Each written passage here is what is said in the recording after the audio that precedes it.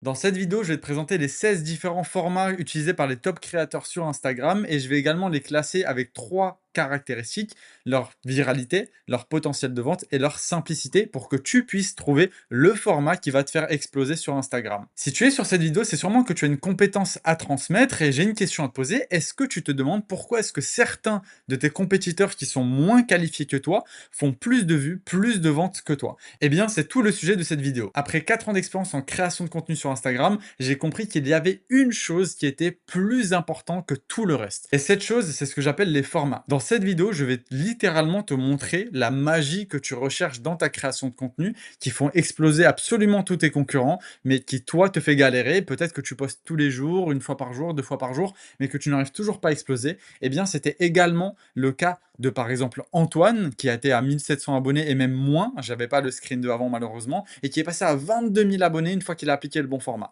Mais également Monka, qui avait 550 abonnés et c'était que mes amis, qui est passé à 35 000 abonnés sur Insta une fois que j'ai appliqué le bon format. Mais également le cas de Coach Dorian, qui était à 32 abonnés, qui est passé à 15 000. Également le cas de Waris, qui était à 12 000, qui est passé à 102 000 et qui est aujourd'hui le coach sportif numéro 1 dans la création de contenu en France. Mais également pour Anna, qui était à 25 abonnés, qui est passé à plus de 12 000 abonnés sur Instagram et de 6 000 à plus de 66 000 sur TikTok. Mais également pour un de mes amis qui s'appelle Sofiane, qui est passé de 387 abonnés à plus de 21 000. Mais également pour Corentin, qui était à 287. Et une fois qu'il a appliqué le bon format, il est passé à 8600 abonnés. Tu l'auras compris, aujourd'hui, tout est une question de format sur les réseaux sociaux et c'est ce qu'on va voir. Et le meilleur dans tout ça, c'est que je n'ai absolument rien à te vendre. Tu peux aller voir dans la description. Il faut savoir que pour cette vidéo, je me suis fortement inspiré de Dominique Morel et j'ai repris sa mind map. Donc voilà, vous pourrez retrouver sa chaîne dans la description. Et reste bien jusqu'à la fin de cette vidéo car à la fin, je vais te donner les 3 questions clés pour pouvoir toi choisir ton format et exploser, faire plus de vues et plus d'argent sur Instagram. Alors commençons directement avec le premier format qui est le format voix off. La clé pour ce format-là, c'est d'éviter de parler de ce qu'on voit durant la vidéo. Donc par exemple, si tu as un plan où tu es au café et que tu es en train de boire un café, évite de dire là je suis en train de boire un café, mais explique plutôt ce qu'il s'est passé à ce café. Et la deuxième clé pour pouvoir vraiment réussir sur ce format-là, c'est de ce qu'on appelle overlap ton audio, c'est-à-dire qu'une fois que tu as un audio qui se termine, en fait, rajouter par-dessus le début de ton prochain audio au montage et ça rend un effet super dynamique. Un des créateurs de contenu qui applique le mieux ce format-là actuellement, c'est Tristan, je pense que vous le connaissez. Et j'ai moi-même déjà appliqué ce format-là et j'ai fait plusieurs fois des vidéos à plus de 800 000 vues, 45 000 j'aime. Donc ce format-là est extrêmement fort. Au niveau de son classement, au niveau viralité, c'est un format qui peut partir très viral, mais par contre, il faut aborder vraiment les bons sujets et éviter de parler de choses bateaux. Le potentiel de vente, il est énorme parce que tu peux donner de la valeur, tu peux faire du storytelling, tu peux vraiment créer une confiance. Pour moi, c'est un des meilleurs formats pour pouvoir vendre sur Instagram. Et en plus de ça, je trouve qu'il est assez simple. Tu as juste besoin de filmer ta journée, filmer des plans de toi, mettre une voix off par-dessus. Et au niveau de montage, il n'y a rien de plus bête et méchant. Donc pour moi, c'est un des formats où tu peux vraiment imprimer de l'argent si c'est bien fait. Le deuxième format, c'est le format réaction. La clé pour ce format-là, c'est d'utiliser des sujets qui font débat. Un des meilleurs créateurs de contenu actuellement qui fait des vidéos réaction, c'est ce mec qui s'appelle La Prise de Masse. Et en fait, à chaque fois, il va aborder des sujets qui font vachement débat. C'est ce qui fait que ces vidéos marchent tout simplement. Pour ce format-là, ça peut vraiment partir viral si tu utilises les bons formats, mais par contre, la plupart des sujets vont pas forcément partir viral. Le potentiel de vente, il est bon parce que tu vas pouvoir donner de la valeur. Il est quand même assez simple à faire. Pour moi, c'est un bon format, mais par contre, il est vachement situationnel, donc je vais quand même le mettre dans c'est pas mal. Le prochain format, c'est le format transformation, et la clé pour réussir avec ce format-là, c'est vraiment le storytelling. Est-ce que tu vas raconter quelque chose d'intéressant? Est-ce que la transformation va vraiment être choquante? Ici, on a par exemple cet exemple où la transformation est clairement flagrante. Tu as le petit jeune qui dit qu'il va devenir millionnaire un jour, et après, tu as des plans où la personne, elle est millionnaire, elle a tout ce qu'elle veut dans la vie. Pour moi, c'est littéralement un des meilleurs formats parce que c'est un format qui peut partir très viral quand tu montres une grosse transformation, que tu racontes un bon storytelling. Le potentiel de vente, il est énorme parce que généralement, tu vas faire une transformation sur ce que tu éduques, sur ce que tu vends. Par exemple, si tu as un coaching sportif en ligne, la transformation, ça va être un avant-après de ton physique ou de ceux de tes clients. Et au niveau simplicité, il n'y a rien de plus bête et méchant. Tu colles 2 plans qui vont bien ensemble, tu mets une bonne musique et franchement, c'est assez simple à faire.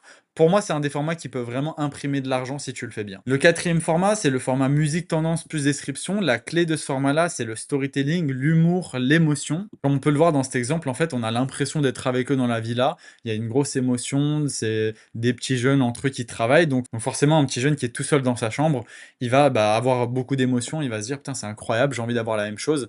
Donc c'est quand même assez fort comme format.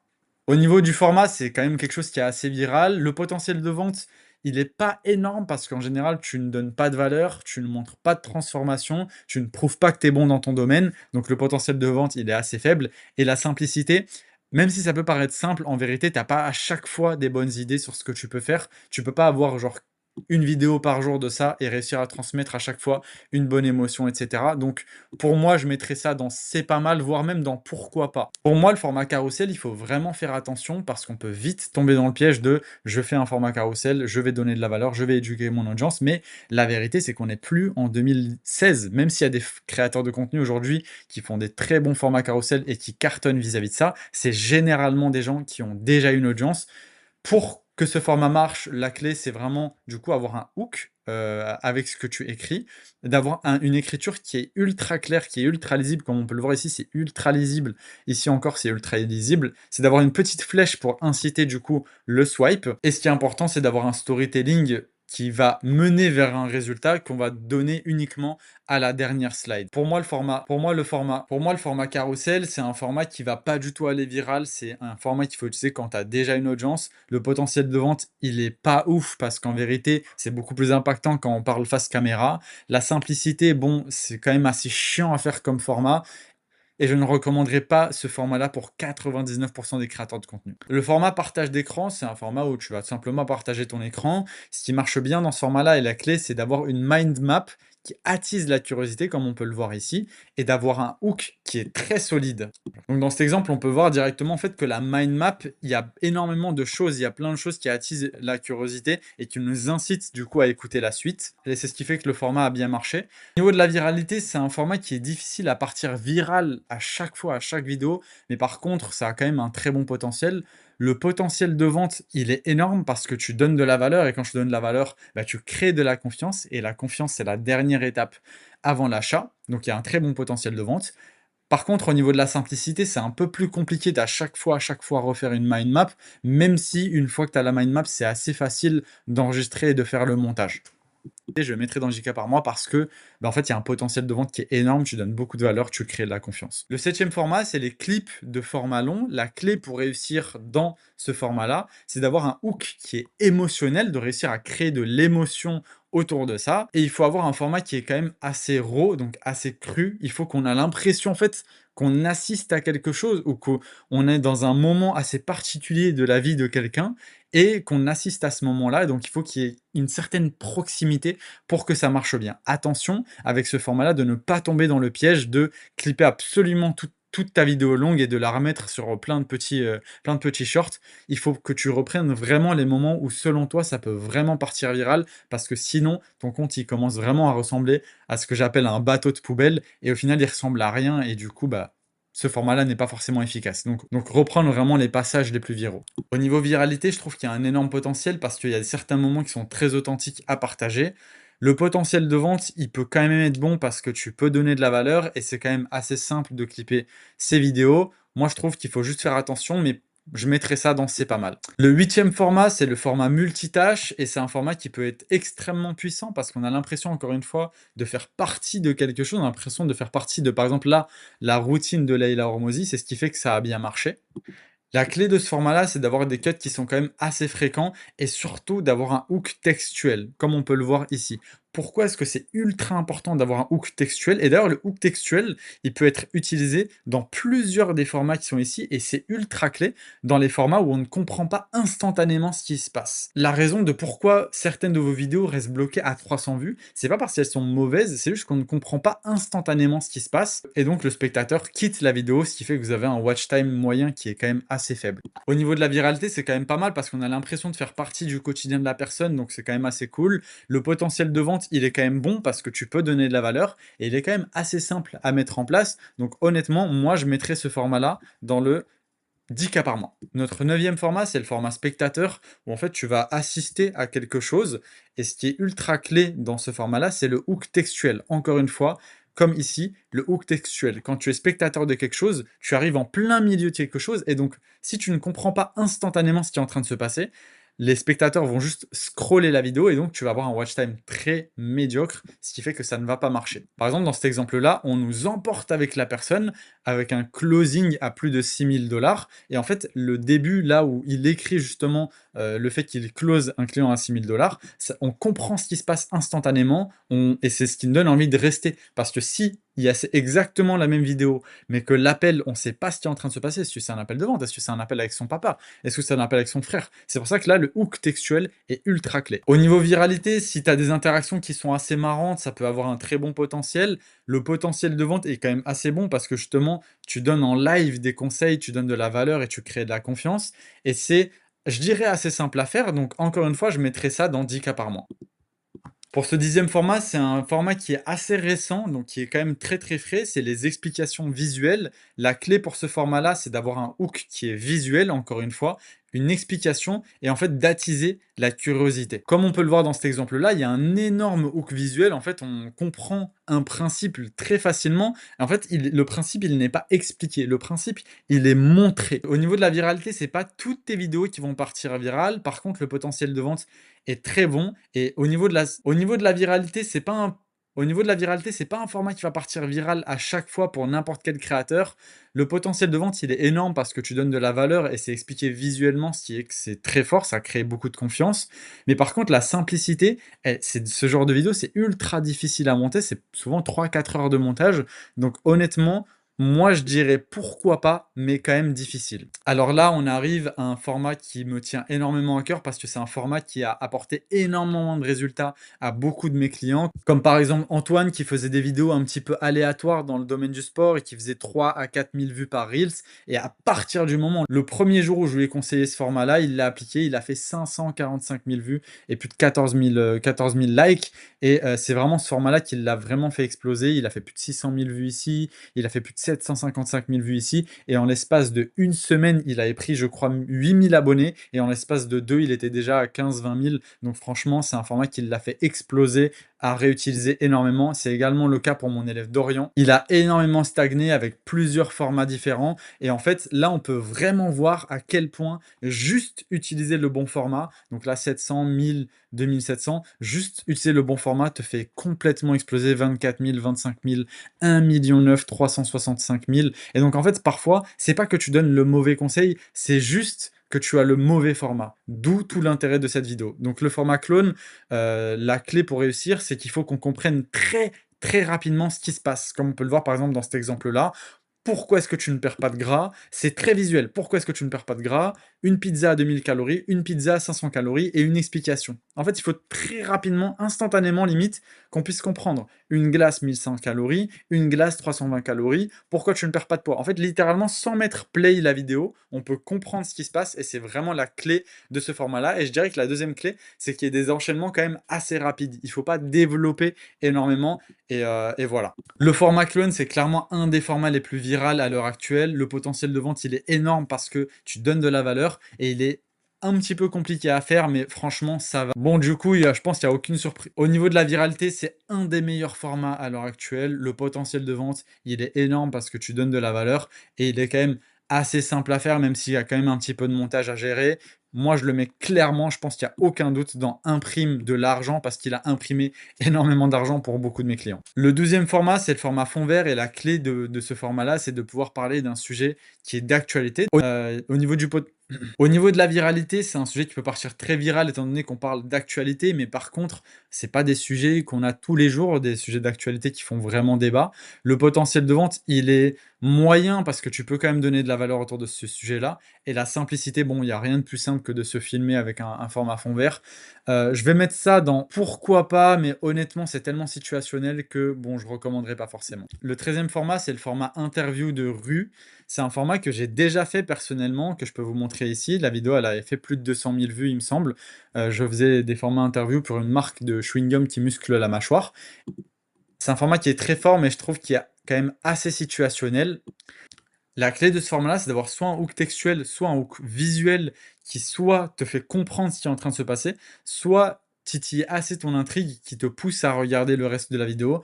Mais je trouve que c'est quand même un format qui est très occasionnel. Au niveau de la viralité, c'est quand même des vidéos qui peuvent partir très virales parce qu'en général, tu montres quelque chose de très démonstratif. Le potentiel de vente, il est pas ouf, à part si tu arrives à montrer en fait que tu es bon ou alors que ton produit marche.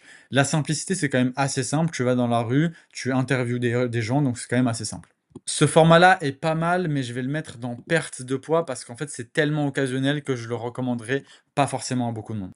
Le Ensuite, on a le format podcast que j'aime beaucoup et qui a fait complètement exploser une de mes clientes qui lui a fait prendre plus de 60 000 abonnés en moins de 3 mois. Ouh! La clé de ce format-là, c'est d'avoir des sous-titres qui sont quand même très qualitatifs, d'avoir un angle de 45 degrés, donc cet angle-là, de parler à quelqu'un ou pas forcément. Typiquement avec Anna, elle parlait pas forcément à quelqu'un, mais on dirait qu'elle parle à quelqu'un. Une connaissance parfaite de ton avatar client, ça c'est vraiment la clé parce qu'il faut que tu puisses t'adresser parfaitement à leurs souffrances, leurs douleurs, ce qui les font réagir, etc. Donc il faut le connaître parfaitement. Le podcast, tu peux avoir des sujets qui sont ultra viraux, le potentiel de vente est OK parce que tu peux quand même donner de la valeur. Et la simplicité, c'est un des formats les plus simples parce qu'en fait, en un tournage, tu peux tourner une trentaine de vidéos. Donc c'est quand même assez simple. Moi, je le mettrais clairement dans 10 cas par mois. Alors l'avant-dernier, c'est le format que je pense tout le monde a dû faire au moins une fois dans sa vie, c'est le format Facecam. La clé de ce format-là, c'est d'avoir un hook oral et textuel ultra fort. Il faut que dès le début de la vidéo, tu arrives vraiment à capter l'attention, que tu arrives à avoir soit un storytelling, soit des conseils qui sont vraiment béton. La clé ici, c'est le visuel. Aujourd'hui, selon moi, tu ne peux plus faire le format facecam simplement comme ça, de toi à la caméra, où juste tu donnes des conseils. Ça ne marche plus, ça n'intéresse plus les gens. Et pour moi, il faut qu'il y ait absolument quelque chose de très visuel.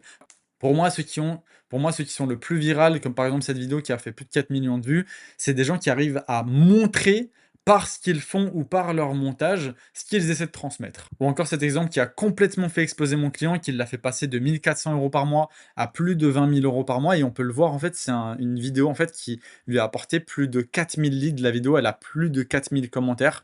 Vous pouvez aller voir. Et en fait, encore une fois, c'est pas un facecam où il est face à la caméra, il est en train de courir, il y a quelque chose qui est en train de se passer à l'écran, et c'est comme ça que tu dois absolument, du coup, faire tes vidéos facecam. Il doit se passer quelque chose, c'est indispensable. Au niveau viralité, si c'est bien fait, s'il y a quelque chose de visuel, encore une fois, c'est un 10 sur 10. Le potentiel de vente, c'est encore une fois un 10 sur 10 parce que tu donnes énormément de valeur, ce qui crée de la confiance. Et c'est moyennement simple parce qu'il faut quand même un peu se casser la tête pour faire du coup un bon format avec des bonnes choses visuelles. Je le mettrai clairement dans Imprime de l'argent parce qu'il a complètement fait exploser mon client Waris et plusieurs autres de mes clients, donc clairement dans Imprime de l'argent. Et on arrive au dernier format, le format changement d'angle rapide. C'est le format qui a complètement fait exploser du coup récemment Ashton Hall, que tout le monde a dû voir passer au moins une fois, je pense, sur son feed. La clé de ce format-là, c'est d'avoir un montage très solide, une voix off, s'il y en a une, très bien scriptée, une très bonne qualité visuelle et un changement de visuel qui est très rapide. Et généralement, si tu peux caler une ou deux choses qui peuvent bien faire débat, c'est le top. Au niveau de la viralité, bon, bah, c'était un des formats les plus viraux en ce moment, donc clairement un 10 sur 10. Le potentiel de vente, je suis pas ultra fan parce que généralement, tu donnes pas 1 million de valeur dans tes vidéos. Et simplicité, c'est quand même assez difficile. Il faut faire énormément de plans, énormément de rush pour chaque vidéo. Donc pour moi, c'est un pourquoi pas, mais difficile. On arrive maintenant au moment le plus important, le moment où tu vas choisir ton format. Et pour ça, j'ai 3 questions clés qui vont t'aider à passer d'un créateur de contenu qui a de très bonnes connaissances, de très bonnes compétences, mais qui n'arrive pas à les transmettre parce qu'il n'utilise pas les bons formats, à un créateur de contenu qui est conscient, qui sait pourquoi il utilise tel ou tel format et qui transmet la valeur qu'il a à transmettre à travers le format qui plaît à l'heure actuelle dans sa niche. La première question, c'est la reproductibilité. Est-ce que c'est un format que tu peux reproduire? Si le format, il nécessite d'être à Bali, ou si le format, il nécessite d'être, j'en sais rien, ultra musclé, et que toi, t'es pas ultra musclé, bah, c'est pas forcément un format qui est reproductible. Donc, est-ce que tu peux reproduire ce format?